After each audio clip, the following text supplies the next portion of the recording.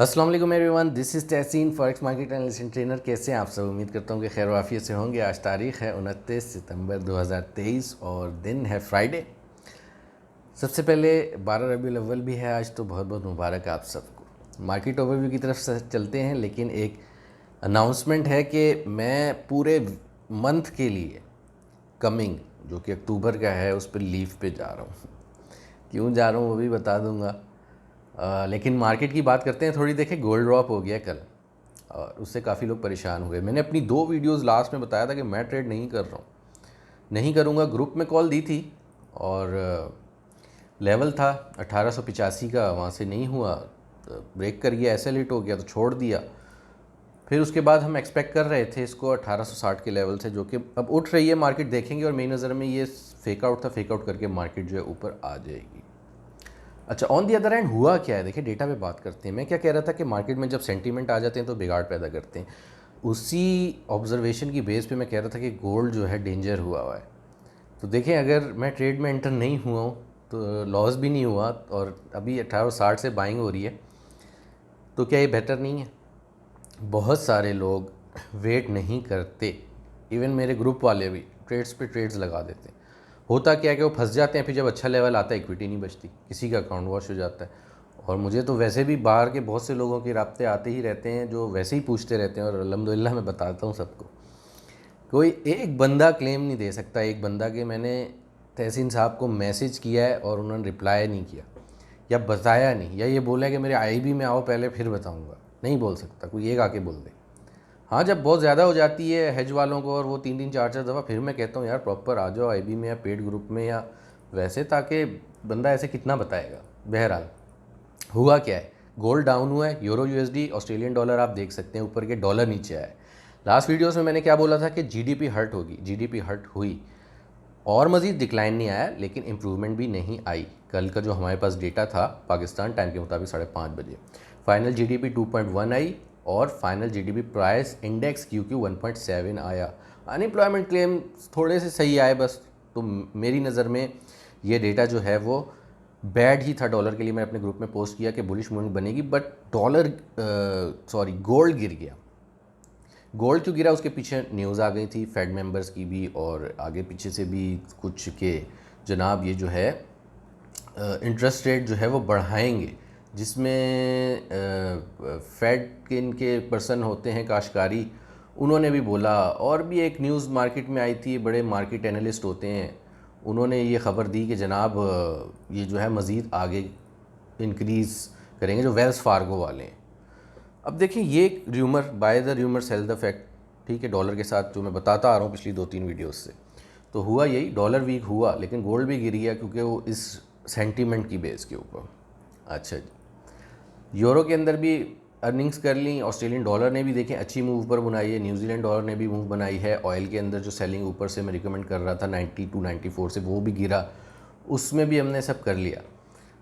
तो अब मज़ीद देखेंगे। आज हमारे पास मार्केट के अंदर जो है वो डेटा है बिल्कुल, और उस हवाले से जो हमारे पास इंपॉर्टेंट डेटा है वो 5:30 बजे है और 7 बजे है, कंज्यूमर सेंटीमेंट्स, इन्फ्लेशन एक्सपेक्टेशंस वगैरह का। अच्छा, मैं लीव पे जा रहा हूँ, तो सबसे पहले तो आप सबसे माजरत, जो भी इंतज़ार में रहते हैं वीडियोस के लिए या जो इन टच हैं ऑलरेडी हेज के अकाउंट्स निकलने के लिए। अच्छा, कुछ लोगों को मैंने सेल की भी, जिनके अकाउंट पे किए उनको पता होगा, वो एक मैंने पोस्ट भी लगाई थी MBFX वाला अकाउंट, वो उन्होंने ओवर ट्रेड कर लिया था, फिर मैंने वो हेज वगैरह करके अल्हम्दुलिल्लाह भी उनका अकाउंट इतना है कि वो रिकवर कर जाएगा। वो अब एक अलग स्टोरी है पूरी। तो इस तरह बहुत से लोग आते हैं, ना मेरे आईबी में होते हैं ना कुछ, फिर भी जितना हो सकता है भाई हेल्प करता हूँ। लेकिन बाज़ औक़ात क्या होता है कि पॉसिबल ही नहीं रहता, जैसे अभी नहीं हो पा रहा है। तो मैंने ये बैठ के बड़े गौर से सोचा कि बजाय इसके कि इसी तरह से सर्विसेज लेके चलें और पूरा काम भी ना हो, अच्छा भी ना हो, और हो सकता है कि मसले मसाइल हैं तो जाहिर सी बात है कि गलत काम दे दूं, गलत प्रेडिक्शन दे दूं। तो उससे बेटर है कि मैं गैप लेके और ये सारे मामलात अपने सेटल डाउन कर लूं और उसके बाद फुल फ्लैश होके आएँ। क्योंकि बहुत से लोग कहते हैं कि स्क्रीन शेयर किया करें, अब वो है कुछ भी नहीं। मुझे एक सॉफ्टवेयर ढूंढना है, थोड़ा यूट्यूब पे रिसर्च करना है कि वेब कैम अपने पीसी पे लगाना है, कैम, वो भी कैम भी ले लिया है, बस उसको रिकॉर्ड करके स्क्रीन ताकि वो भी शेयर की जा सके, और कॉपी ट्रेडिंग लाने का भी सोच रहे हैं तो उसके हवाले से भी। अब मसला सारा ये है कि कुछ मामलात तबीयत वगैरह ख़राब चल रही थी, लास्ट वीडियो में भी मैंने अपनी बताया। तो ये असल में रिपोर्ट्स हैं मेरी, ठीक है। तो पहले इसके अंदर क्या था कि कोलेस्ट्रॉल 257 mgdl जो इसका होता है, 240 उससे ऊपर हाई रिस्क होता है। तो मेरा 257 आया, थोड़ी सी इससे परेशानी हुई। विटामिन डी वगैरह का भी कुछ आया, डेफिशिएंसी आई, यूरिक एसिड सही था।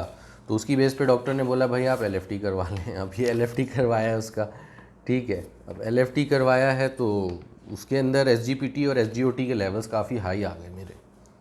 हालांकि मैं कोई ओवरवेट भी नहीं हूँ, और वैसे तो मैं जिम फिटनेस फ्रीक भी हूँ, जिमिंग करता था, अब टाइम नहीं मिल रहा तो जिमिंग छोड़ी भी है, वो भी करनी है।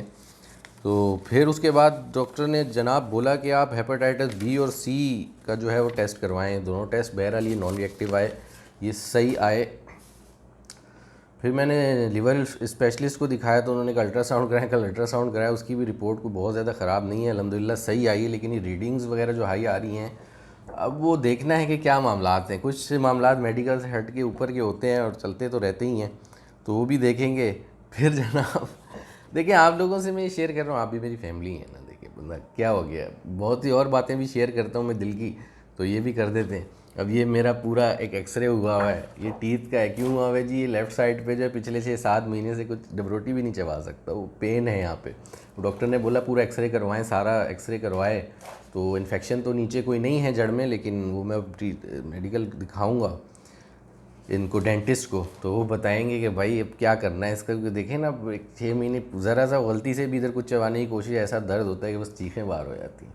तो ये चीज़ें सेटल डाउन करनी, टाइम नहीं मिलता। क्यों नहीं मिलता? अब देखें ना, वीडियोस भी बनानी है, एनालिसिस भी देने हैं, सिग्नल ग्रुप को भी देखना है, अकाउंट मैनेजमेंट भी देखनी है, अपना भी देखना है, पीएमएक्स का भी देखना है, फिर ये एमबीएफएक्स और बरलाज जैसे फजूल के जो पंगे आ जाते हैं वो भी देखने हैं, फिर फैमिली मैटर्स भी देखने हैं, घर को भी देखना है, बहुत सारी चीज़ें देखनी है। तो यार इतना बंदा कितना कर लेगा? खैर अल्लाह पाक ने हिम्मत दी हुई, कर रहे हैं सब कुछ, ऐसे कोई परेशानी की बात नहीं है।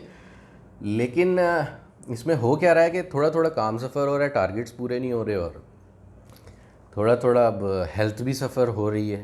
तो कितना इसमें जो है वो कर लेगा। अब देखें, काम होता है पैशन। मेरा जो ये फॉरेक्स है ना, ये पैशन है। लोगों को ये समझ नहीं आती कि ये सब क्यों बोल रहे हैं जी, सच क्यों बोल रहे हैं, ऐसे क्यों कर रहे हैं, सिर्फ चुप करके पैसे कमाएं। तो पैशन जब इंसान का होता है ना, तो फिर अब सबसे ज़्यादा जो मुझे मुश्किल काम लगता है ना सब काम में, वो है as a customer support representative. यानी कि जो राब्ते मुझे आते हैं और उन सबको मैं प्रॉपर गाइड करता हूँ। कोई एक बंदा मुझे आके क्लेम दे कि हमने तहसीन साहब को या तहसीन भाई को मैसेज किया और इन्होंने प्रॉपर हमें गाइड नहीं किया, मैं ये नहीं सोचता कि जी मेरी आईबी में आ जाएं, इधर आ जाऊँ। मैं उनको प्रॉपर सिर्फ गाइडेंस देता हूँ, आगे उनकी मर्ज़ी होती है। अभी जिस अकाउंट पे कल मैंने बैठ के हेजिंग और उससे करके उसको सेव किया है, MBFX में उन्होंने खोला हुआ है, वो मेरा क्या लेना देना है उससे। लेकिन बेचारा फंसा हुआ है, एक $35,000 का अकाउंट है, खुदा न खास्ता वॉश हो जाए तो फिर मुझे अच्छा नहीं लगेगा बस, और इससे ज़्यादा तो कोई बात नहीं है। तो ये सारे मामलात हैं, और राब्ते बहुत आते हैं, सबको गाइड करता हूँ, 100 को गाइड करूँ, कोई 1-2 आ जाते हैं तो आ जाते हैं, तो डजेंट मैटर। मैं तो ये अपने पैशन के लिए और एक इखलाकी तौर पे जो गाइड अच्छा कर सकता हूँ करता हूँ। क्योंकि जी फॉरेक्स फील्ड को बदनाम करने वाले फ्रॉडिये तो बहुत बैठे हैं, ठीक है। छोटे छोटे ब्रोकर खोल लेते हैं और फिर आवाम को बेवकूफ़। और ये नई नई स्कीमें जो आ रही हैं ना कि $10,000 करें, दुबई का ट्रिप ले लें। यार अगर आपके पास काम नहीं चल रहा तो काम करो ना, आप काम जानते हो ना। कॉपी ट्रेडिंग करते हैं जी 5% मंथली, हम आपको एग्री करते हैं। अल्हम्दुलिल्लाह इंशाल्लाह, मैं बस दुआ करें मसले हल हो जाएं, मैं ट्रैक पे आ जाऊं। मैं जब कॉपी ट्रेडिंग शुरू करूंगा ना, हर इन्वेस्टर को 50% महीना तो टोटल इक्विटी का उसको बचेगा, 40-50%। मैं बड़ा बोल नहीं बोल रहा, लेकिन मैं बहुत ट्रेड कर चुका हूँ, ठीक है ना। 200-300-300% महीने भी निकाल लेता हूँ मैं। बस ये है कि इतना ज़्यादा बंदा जब फंसा हुआ होता है हर मामले में। और चलें बात और सब हो रही हैं, तो मैं और मेरी मिसेज़ जो एक बेबी भी एक्सपेक्ट कर रहे हैं इस दिसंबर के अंदर। तो आपका भांजा या भांजी, ये तो अल्लाह को पता है, वो भी इंशाल्लाह आ जाएंगे दुनिया में।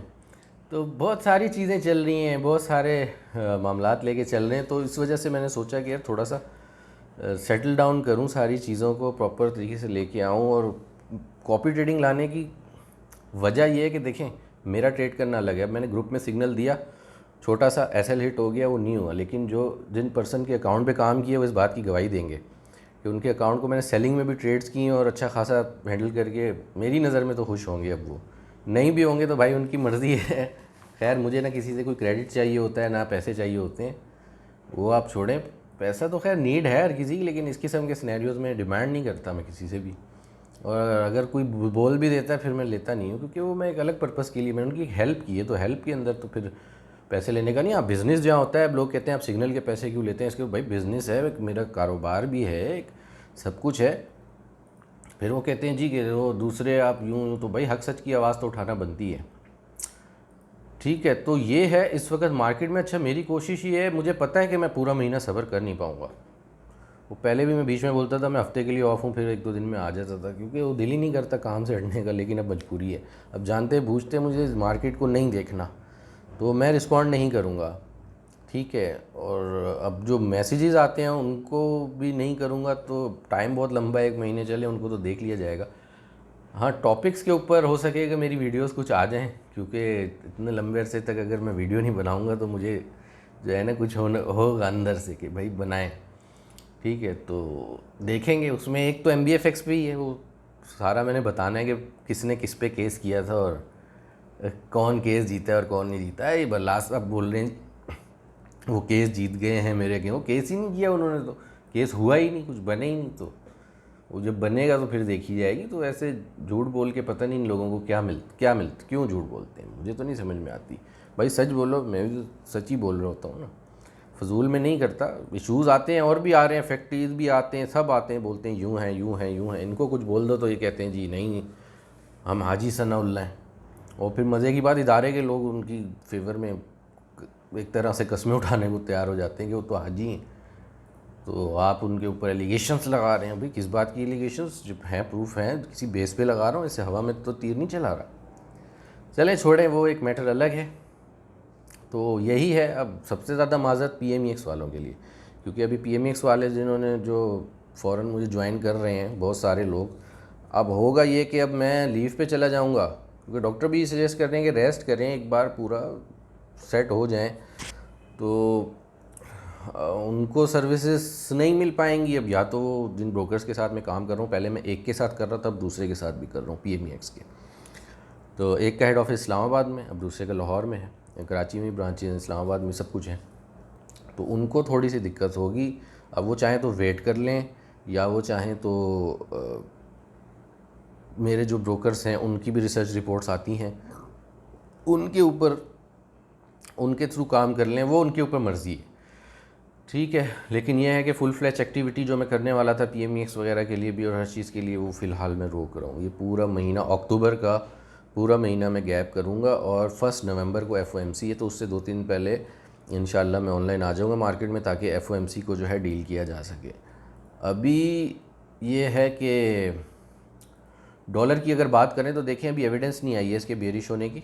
ठीक है, अब ये उसको रीटेस्ट कर रही है मार्केट, लेकिन मुझे फिर भी लगता है कि डॉलर नीचे ब्रेक कर जाएगा। आज का डेटा यानी कि अगर डॉलर के लिए बैड आ जाता है इन्फ्लेशन एक्सपेक्टेशंस का, तो डॉलर नीचे आ जाएगा अपनी रेजिस्टेंस के, और जब रेजिस्टेंस के नीचे आ जाएगा तो फिर उसके बाद मज़ीद नीचे ट्रैवल करेगा। और गोल्ड भी जो है अपनी रेजिस्टेंस की तरफ जा रहा है, जो कि इस वक्त इसकी रेजिस्टेंस है, मैं बता देता हूँ आपको, 1878 79, 1879 1880 कर लें, 1880 टू 1885। ये जब अब ब्रेक करके दोबारा ऊपर ट्रैक पे आएगा तो फिर मार्केट जाएगी अपने टारगेट 1930 के लिए अगेन, और हो सकता है फिर उससे भी ऊपर चली जाए, लेकिन देखना पड़ेगा। अब देखना पड़ेगा, मार्केट इतनी इंटरेस्टिंग चल रही है और मुझे मार्केट से जाना पड़ रहा है, अच्छा भी नहीं लग रहा। तो लेकिन यही करते करते देखें ना टाइम कहाँ से कहाँ निकल जाता है। और फिर वही बात है कि अब खुदा न खास्ता अगर बीमारी या मसला बढ़ जाए बहुत, तो देखें छुट्टी तो मुझे फिर भी करनी पड़ेगी ना, हो सकता है फिर ज़्यादा करनी पड़ जाए। तो इसमें यह है कि मेरे मामलात भी सेटल डाउन हो जाएंगे, और मसले मसाइल सारे जो हैं इंशाल्लाह, मुझे पूरी उम्मीद है, क्योंकि 1 महीना बहुत लंबा टाइम होता है, हो जाएंगे। तो फिर अगेन सॉरी कि मेरी वीडियोस भी नहीं आएंगी, और मैं जो व्हाट्सएप पे रिप्लाई तो करना पड़ेगा, लेकिन इतना ज़्यादा एक्टिव नहीं होऊंगा। मैं कोशिश करूंगा अवॉइड करूं इस मार्केट को, जो कि मुझे बड़ा मुश्किल लग रहा है, लेकिन करना पड़ेगा, क्योंकि ये महीना निकल जाए, सब सेट हो जाए, तो उसके बाद एक तरह से फुली चार्ज होके नवंबर से स्टार्ट लेंगे। और फिर उसके बाद ज़ाहिर है न्यू ईयर भी आ रहा है और मार्केट के अंदर न्यू जोन्स भी बनेंगे और बहुत कुछ होगा, तो उसके ऊपर जो है वो काम किया जाएगा। ठीक है जी, तो मेरा व्हाट्सएप नंबर 0303223349। अपना रखिएगा बहुत सारा ख्याल। मिलेंगे नेक्स्ट वीडियो में। Thank you so much. अल्लाह हाफिज़।